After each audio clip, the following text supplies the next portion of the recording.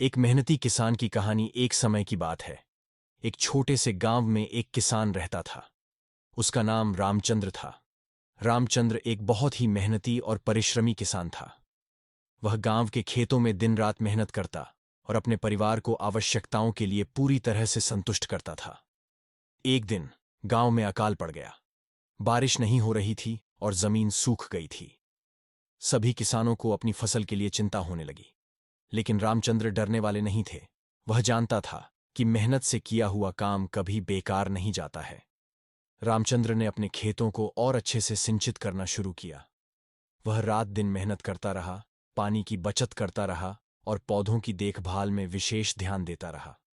दूसरे किसान उसे हंसते और मजाक उड़ाते रहे, पर रामचंद्र अपने लक्ष्य के प्रति सदा संकल्पबद्ध रहा। कुछ समय बाद बादल उमड़ आए और बारिश शुरू हो गई। रामचंद्र की खेती के पौधे जीवंत हो गए और उनकी फसल बढ़ने लगी।